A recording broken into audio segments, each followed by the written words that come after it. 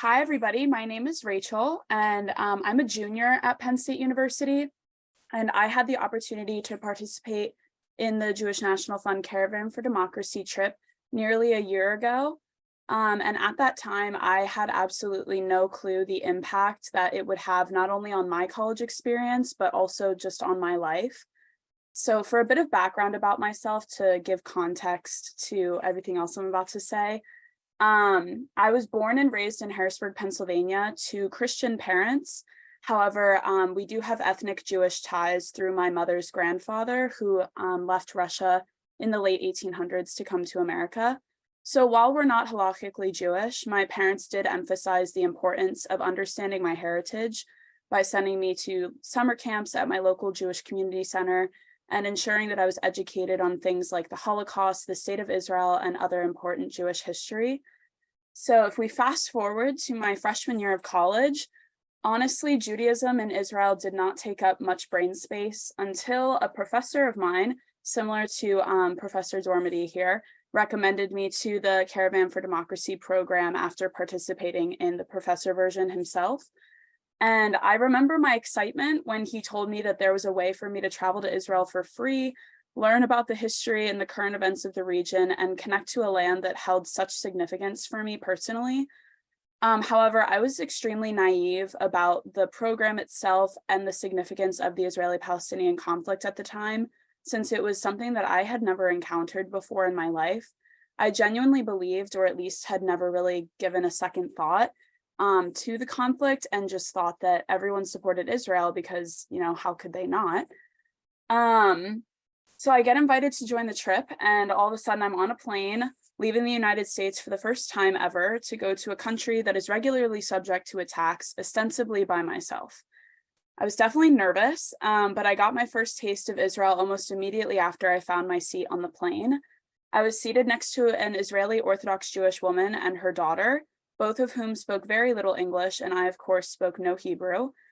And in an effort to be polite, I tried asking the daughter, who was maybe 7 or 8, what her name was, and I was met with a sound that, at the time, having never really heard Hebrew before in my life, it sounded like a sneeze to me. But her mother smiled at my confusion and just asked me what my name was, and I told her that it was Rachel, and her face lit up, and she exclaimed excitedly how her daughter and I shared a name. And that was truly a moment that is forever engraved in my mind whenever I think about Israel and the people.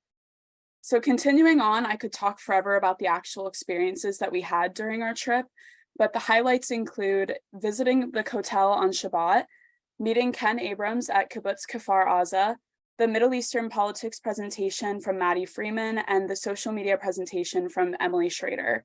If you recognize the name of Kibbutz Kfar Aza, it's because it's one of the many kibbutzim that were attacked by Hamas on October 7th. Thankfully, Ken Abrams, the woman I met there, is all right, but many other residents of Kfar Aza are not. This tragically connects me to where I am today. I also had the opportunity to visit Israel this past May with the Hasbara Fellowships program, which some of you may be familiar with. So between the Hasbara trip and the Caravan for Democracy trip, I have a lot of tools and knowledge that are at my disposal that I can put to use. This semester, I became a board member for Lines for Israel, which is Penn State's pro-Israel student organization, and I have also become extremely involved with Penn State Hillel. Caravan for Democracy was a jumping off point that gave me the tools and motivation I needed to become part of such an important fight, and that is the fight of pro-Israel students across the US. My main goal with being on the board for Lines for Israel is to show other students that the Israel that actually exists is not the Israel that is portrayed in the media. I have seen firsthand the love, dedication, and hopes that Israelis, both Jewish and Arab, and Palestinians hold for the region, their communities, and ultimately each other. The international community, especially passionate young advocates, are far too quick to make assumptions about peoples and places that they do not understand. And I want to be a resource to bring the truth to college students, not just here at Penn State, but all over the US and especially online. Having had these experiences on the ground, thanks to Jewish National Fund, I'm able to say I was there and combat misinformation as much as possible. Thankfully, Penn State has a large and vibrant Jewish community that is then supported by the networks of students connected to that Jewish community through Greek life, other student organizations, or just being friends with Jewish students. While we have been experiencing an unnerving amount of pro-Palestinian rallies being held, the attendance at those events has not been greater than the attendance at our Israel events. Currently, we are working towards planning a Walk for Peace event next week that will culminate with a Unity Shabbat dinner at Hillel. The goal of this event is to connect to students that may have opposing or conflicting opinions on Israel to us, but want to share our support, or that want to support our shared ultimate goal of peace. The proceeds will be donated to American Friends of Magen David Adom. Additionally, we are holding an event the week after to collect donations and make care packages to send to Israeli soldiers in need. Both events are being sponsored by Lions for Israel, and I couldn't be prouder of our community.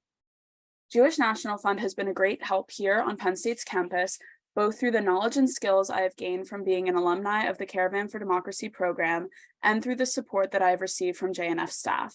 Dove Gordon, who I believe is on this call right now, has been so helpful in giving us resources on how to navigate keeping our community safe during pro-Palestinian rallies and how we are able to combat the violence they incite. For Penn State as a whole and the world, I want to caution students against picking a side on this conflict simply from what you've seen in the news recently and Instagram posts or on TikTok. The conflict between Israel and Palestine is one that has thousands of years of history, nuance, and suffering that must be understood before a side can be chosen.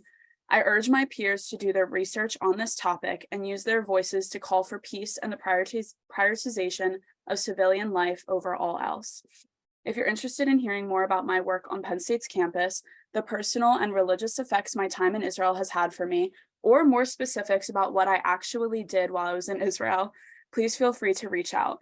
Additionally, I will be attending the Jewish National Fund College Summit in Denver, Colorado this December, so hopefully I will see some of you there. Thank you all for your time, and I'm praying for better days to come.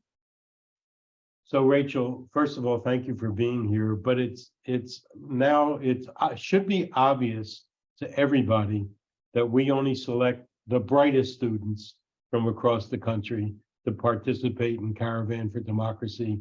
As you probably know, there's a lot more applications than we can even handle. So we do a very thorough research before we select, and obviously we did a great job with selecting you. I've just one question for you and I'm asking this question because we've heard in the past from other Caravan for Democracy participants that their parents were not necessarily encouraging them to go. They were fearful of what, it's a difficult area to be in sometimes, Israel. How did your parents respond to you applying for this program? So my parents have always been, I'm an only child, and my parents have been always extremely supportive of everything that I've tried to do in my life. And it was the same when I decided to apply and then was later accepted to the Caravan for Democracy program. I think they were a little apprehensive of putting me on a plane like that because prior to that, I'd never really traveled without them or outside the US. But I think now they're almost kind of more worried that I've put myself in the middle of this whole community and conflict, because I'm actually supposed to go to Israel again in December with Penn State Hillel. And so I think they're more worried about that trip coming up. But when I originally went on Caravan for Democracy, they were extremely supportive. And I think that's partially because of our Jewish heritage that we have on my mom's side.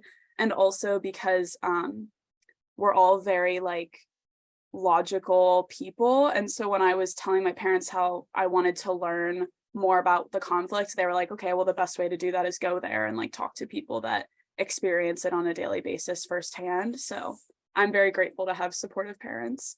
Great. Yeah, that's great. There's a lot of people chatting on here, Rachel, that want to meet you in Denver. So you're going to be very busy, including my wife. I will drop my email in the chat, so everyone feel free to email me. I just saw my wife's chat come up. Can't wait to meet you, Rachel. So thanks for your time, and go Nittany Lions. Yes.